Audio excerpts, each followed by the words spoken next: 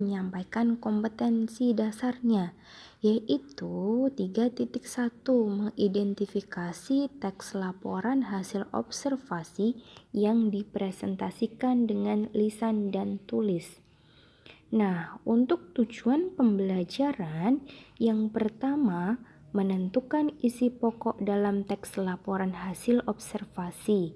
Dan yang kedua, menentukan struktur dan ciri kebahasaan dalam teks laporan hasil observasi. Sebelum lanjut mengenai pengertian dari teks laporan hasil observasi, Bu Fitri akan membahas terlebih dahulu definisi dari observasi.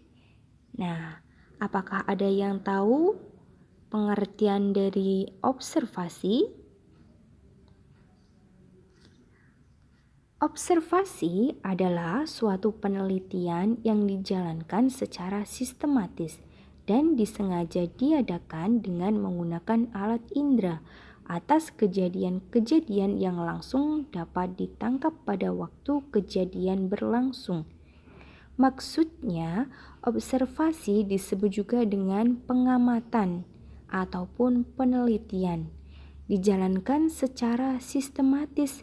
Sistematis itu berarti sesuai dengan urutan, terarah, dan dilakukan dengan sengaja menggunakan alat indera seperti penglihatan, pendengaran, pembauan, dan lain sebagainya atas kejadian-kejadian yang berlangsung. Tentunya kalian pernah melakukan observasi. Contohnya, kalian mengamati kupu-kupu, metamorfosa kupu-kupu mulai dari telur, ulat, kepompong hingga menjadi kupu-kupu.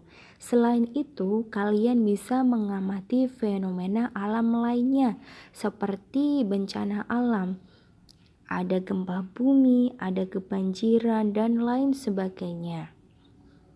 Setelah kita mengetahui definisi dari observasi, kita lanjut ke pengertian teks laporan hasil observasi. Teks laporan hasil observasi berisi penjabaran umum atau melaporkan sesuatu berupa hasil dari pengamatan ataupun observasi. Teks laporan hasil observasi juga disebut teks klasifikasi karena memuat klasifikasi mengenai jenis-jenis sesuatu berdasarkan kriteria tertentu, menggambarkan ciri, bentuk, atau sifat umum seperti benda, hewan, manusia, tumbuh-tumbuhan, atau peristiwa yang terjadi di alam semesta kita. Intinya, teks laporan hasil observasi itu berisi penjabaran umum, berisi informasi umum untuk mengklasifikasikan berbagai fenomena. Nah, fenomena yang dibahas dalam teks laporan hasil observasi itu ada 3. Ada fenomena alam, bisa meliputi hewan, tumbuhan, keadaan lingkungan. Misalnya saja kalian mengamati tentang hewan semut, bisa tumbuhan. Misalnya ada tumbuhan pisang juga bisa. Untuk yang pertama tadi fenomena alam. Kedua ada peristiwa budaya. Bisa diambil dari segi bahasa. Contohnya penggunaan bahasa gaul yang dilakukan oleh remaja saat ini. Itu juga bisa menjadi topik dalam pembahasan teks laporan hasil observasi. Selain dari segi bahasa, ada juga seni, ada adat istiadat, ada tarian khas Indonesia, dan lain sebagainya. Untuk yang ketiga, ada dari kondisi sosial. Misalnya, ada transportasi, ada hukum di Indonesia, ada pendidikan di Indonesia, dan lain sebagainya. Nah, untuk teks laporan hasil observasi itu sifatnya faktual atau yang benar-benar terjadi, bukan sebuah imajinasi. Selanjutnya, untuk ciri teks laporan hasil observasi. Teks laporan hasil observasi seringkali disebut juga dengan teks LHO. karena untuk mempermudah penyebutan. Yang pertama dari ciri teks laporan hasil observasi adalah bersifat objektif, global, dan juga universal. Maksud dari sifat objektif adalah hasil observasi harus disusun berdasarkan keadaan objek amatan tanpa ada pengaruh ataupun pandangan dari si penyusun. Nah, untuk objek tersebut bisa berupa hewan, tumbuhan, manusia, atau objek lainnya yang berada di lingkungan dan juga alam sekitar. Global, universal, itu berarti menyeluruh. Ciri yang kedua adalah objek yang akan dibicarakan atau dibahas adalah objek tunggal. Maksudnya, kalau tadi Bu Fitri sudah menyampaikan pengertian dari teks laporan hasil observasi adalah mengklasifikasikan berbagai fenomena. Kalau misalnya contohnya adalah fenomena bencana alam, berarti topik yang dibahas cukup satu saja. Misalnya apakah tentang gempa bumi atau banjir atau kebakaran. Jadi jangan menjelaskan semua bencana alam tetapi fokus pada satu bencana alam saja. Yang ketiga, ditulis secara lengkap dan sempurna, secara mendetail berdasarkan strukturnya itu apa saja. Lah, untuk struktur dari teks laporan hasil observasi akan Ibu Fitri jelaskan di slide selanjutnya. Yang keempat, teks laporan hasil observasi ditulis berdasarkan fakta sesuai dengan pengamatan yang telah dilakukan. Sifat dari teks laporan hasil observasi itu faktual, fakta yang benar-benar terjadi, disusun berdasarkan kenyataan di lapangan. Nah, hal tersebut agar mudah diuji kebenarannya dan dapat dipertanggungjawabkan.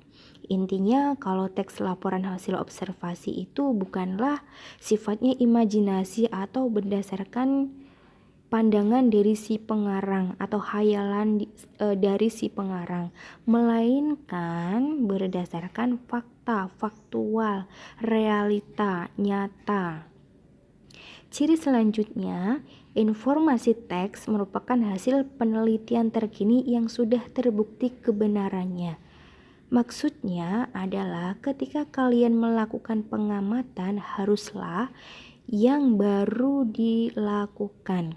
Misalnya yang kita amati adalah tentang COVID-19 yang masih hangat ataupun aktual dibicarakan oleh masyarakat saat ini.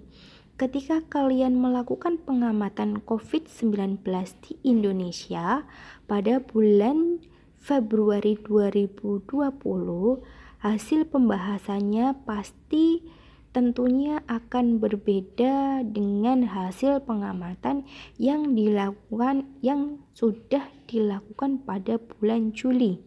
Karena contohnya yang akan kita amati terkait dengan jumlah pasien yang terkena COVID-19. Jumlah pasien di bulan Februari pastinya berbeda dengan jumlah pasien di bulan Juli. Jadi, informasi teks itu haruslah hasil dari penelitian terkini. Nah, yang terakhir adalah tidak mengandung prasangka, dugaan, atau pemihak yang menyimpang atau tidak tepat. Jadi, untuk teks laporan hasil observasi karena sifatnya faktual, itu tidak boleh berisi prasangka, dugaan, tidak boleh mengandung opini dari si penulis.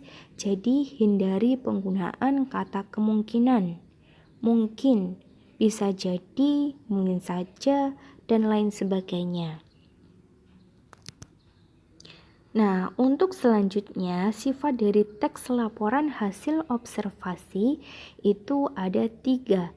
Yang pertama itu informatif. Apa itu informatif?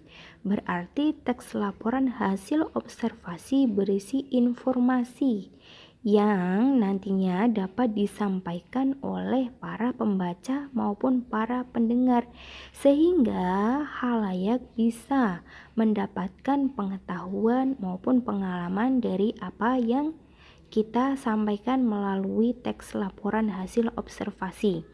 Yang kedua, komunikatif. Komunikatif berarti bahasa yang disampaikan dalam teks laporan hasil observasi haruslah yang mudah dipahami dan mudah dimengerti oleh para pembaca. Dan untuk sifat yang terakhir itu adalah objektif. Ya, laporan hasil observasi harus disusun berdasarkan keadaan objek amatan tanpa ada pengaruh dari si penyusun, harus benar-benar ada di situ. Nah, untuk struktur laporan secara umum, untuk laporan sendiri itu ada berbagai macam, ada laporan kegiatan, ada laporan diskusi, ada laporan hasil observasi, ada laporan, banyak sekali jenis-jenis dari laporan. Tetapi lazimnya untuk struktur dari laporan itu ada 3. Yang pertama ada pendahuluan, ya. Nah, di bagian ini menguraikan topik atau masalah yang akan dibahas. Di dalam pendahuluan itu sendiri meliputi ada yang pertama, latar belakang masalah. Nah, latar belakang masalah itu berarti intinya alasan si peneliti dalam mengamati sebuah objek. Alasannya apa, karena apa, dan lain sebagainya. Nah, untuk yang kedua ada perumusan masalah.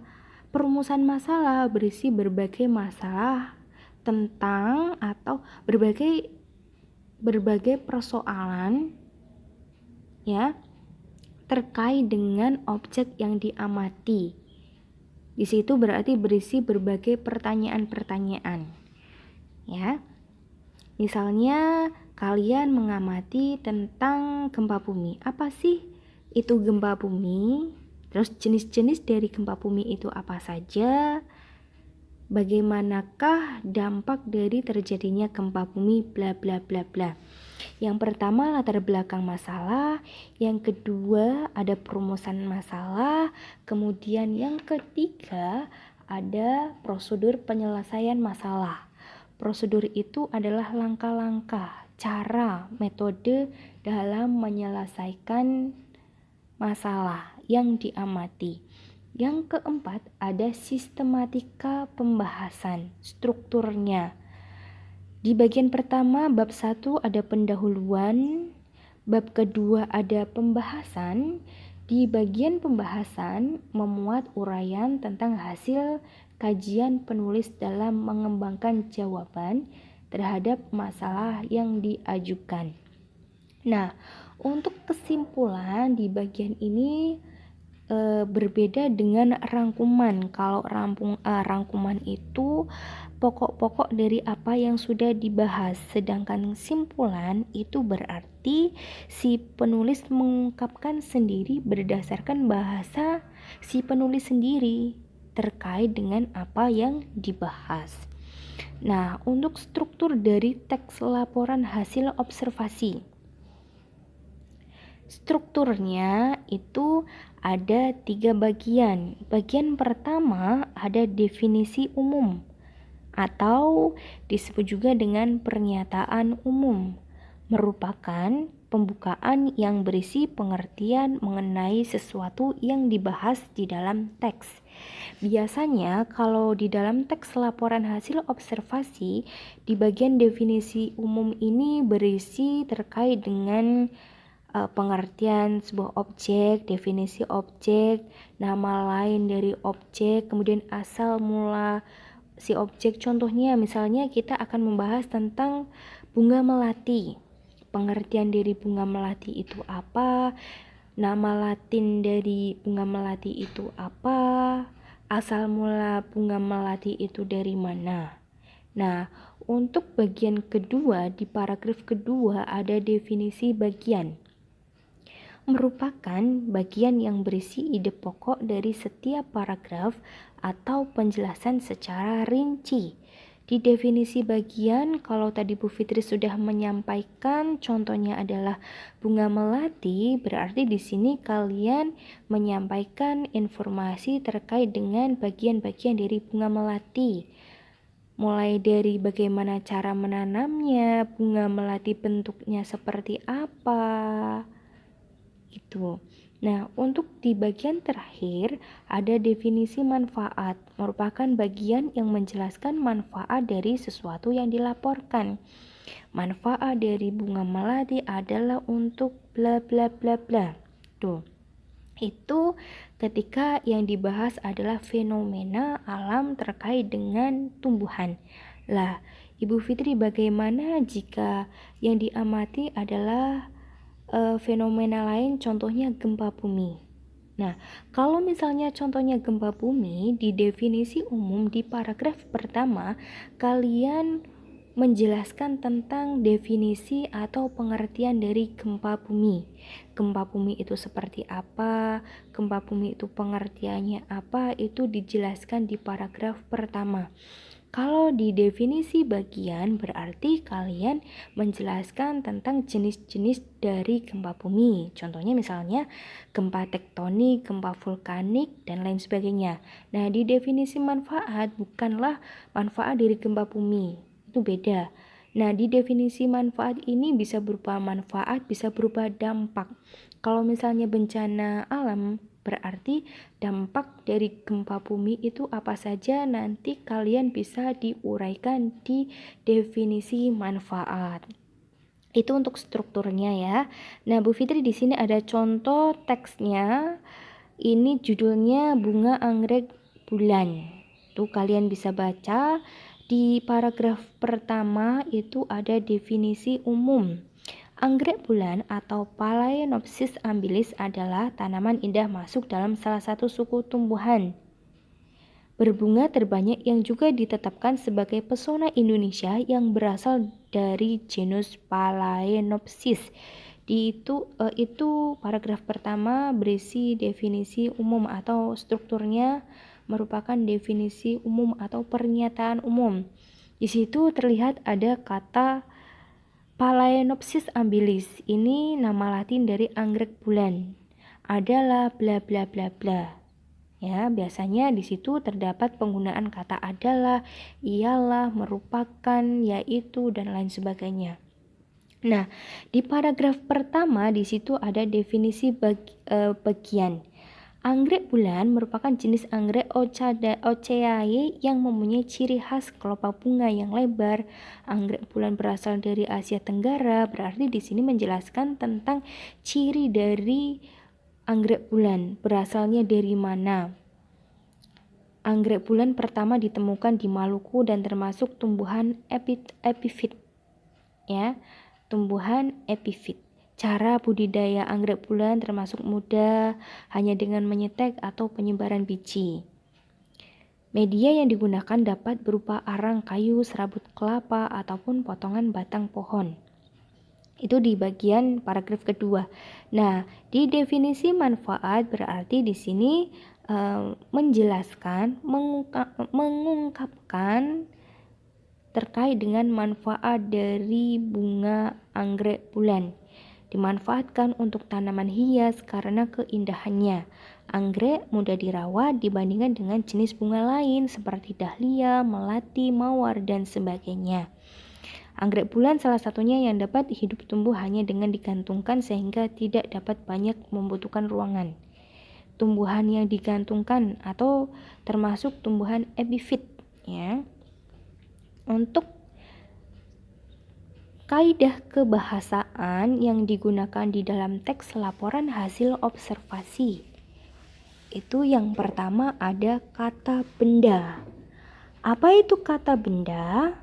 Nanti akan Bu Fitri lanjutkan di part kedua.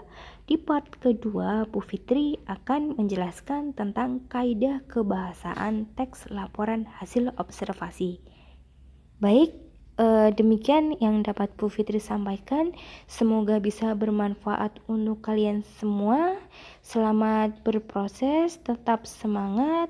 Ibu akhiri. Wassalamualaikum warahmatullahi wabarakatuh.